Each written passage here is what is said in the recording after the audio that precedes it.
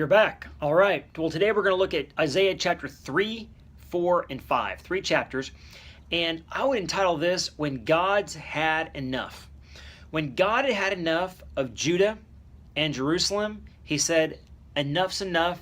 You've failed spiritually long enough, and now I'm going to destroy you. And these are words he could say to really any nation. He says in chapter 3, verse 1, he's taking away the bread, the water, the soldier, the prophet, the judge, the diviner, the elder, the captain of 50, the magician, the counselor, all their leaders. I'm taking them away. And in their place, verse 4 says, I'll make boys their princes, and infants will rule over them. He's going to give them inexperienced leaders that's going to lead to the denigration of the nation, irresponsibility at every level, and utter destruction. And that's what happened. Over and over, you see God giving a leader to a people that's bad or inexperienced as a judgment. And that's what he says he's going to do here.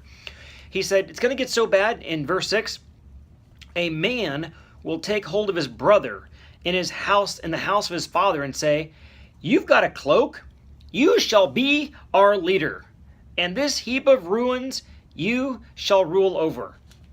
And he says, I'm not taking that. I'm not taking the rulership. Nobody wanted to lead because it would get so bad. He says of their luxury in verse 18, in that day the Lord will take away the finery, the anklets, the headbands, and the crescents, and the pendants, and the bracelets, and the scarves, and the headdresses, and the armlets, and the sashes, and the perfume boxes, and the amulets, and the signet rings, and the nose rings, and the festal robes, and the mantles, and the cloaks, and the handbags, and the mirrors, and the linen garments, and the turbans, and the veils. I mean, he goes on and on. He says, I know what you guys love. You love going into the beautiful store and buying all these beautiful things, and these luxuries are what you live for. And guess what? I'm taking them away. Pretty serious. He could say that to any nation. And then in chapter 5, he says, Israel is kind of like a vineyard that I cultivated, and yet it bears no fruit. And why? Verse 8.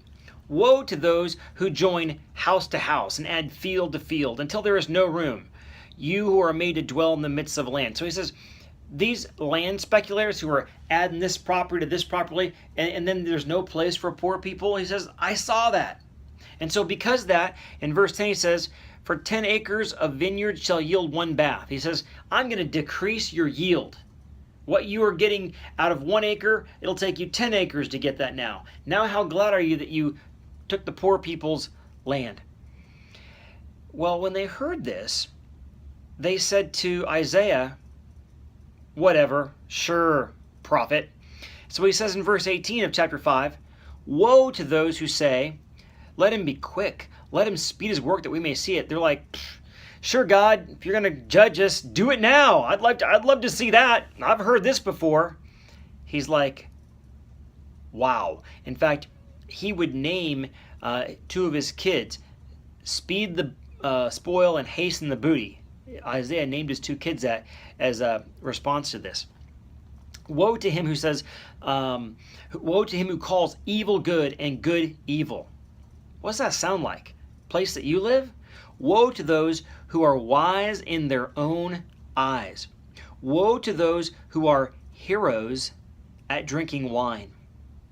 What's God going to do to these nations? And this sounds eerily like where we live, the United States of America, doesn't it? Calling evil good and good evil, heroes of drinking wine, saying, sure, God, whatever, exploiting poor people. He says in verse 26, here's what's going to happen. He will raise a signal for nations far away and whistle for them to the ends of the earth. And behold, quickly and speedily they will come. He says, I'm going to call Babylon. And guess what? They're going to come. None, he's talking about their army. None is weary, none stumble, none slumbers or sleeps. Not a waistband is loose, not a sandal strap is broken. Their arrows are sharp, all their bows are bent, their horses' hoofs seem like flint. He describes how this army is going to come in and just totally annihilate them. And they're just like, yeah, whatever. We have to heed the warning of God. And as a people, we need to pray for our nation. That's what they needed. They needed someone to stand in the gap and to pray. and it wasn't happening. I mean, Isaiah was there, but there weren't a whole lot of people doing it.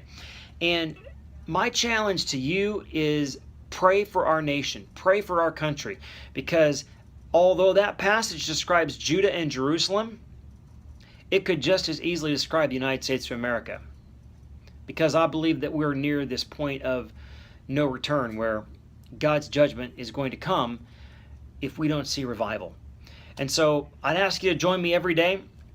On the screen, I'm going to put a daily prayer text that I have, and if you text this number, to this number, then what you can do is get on this daily prayer text, and each day I can, give you a reminder to pray, and we pray for different things that are going on in the church, and I'd love to add you to that list. God bless you guys. Have a great day.